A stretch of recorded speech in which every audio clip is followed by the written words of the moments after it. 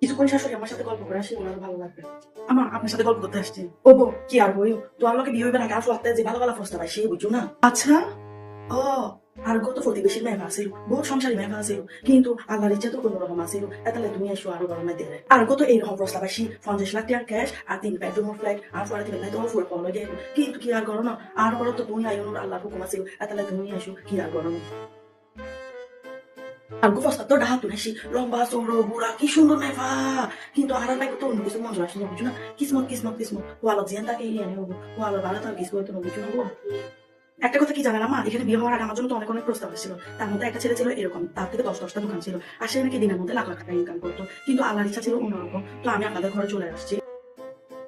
আরেকটা প্রস্তাব তো আমরা এমন আসছে, ছেলে মেয়ে থাকতো, ওয়েল সেটেল ছিল, সবকিছু ঠিকঠাক ছিল, কিন্তু আমার আম্মা বলতেছে একটা মাত্র মেয়ে, ওখানে গিয়ে কাজের মানুষেরা কিভাবে থাকবে, কিভাবে সবকিছু ম্যানেজ করবে, সেই জন্য আমা ওই জায়গায় বিয়ে হয় না, কিন্তু দেখেন এখানেও তো কোনো কাজের মানুষ নেই, তারপরেও আমি অ্যাডজাস্ট তো করতেছি, তাই না মা।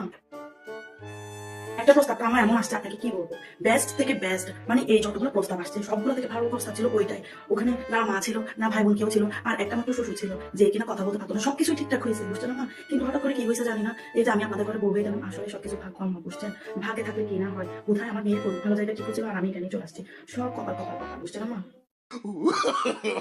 No, no, no, no.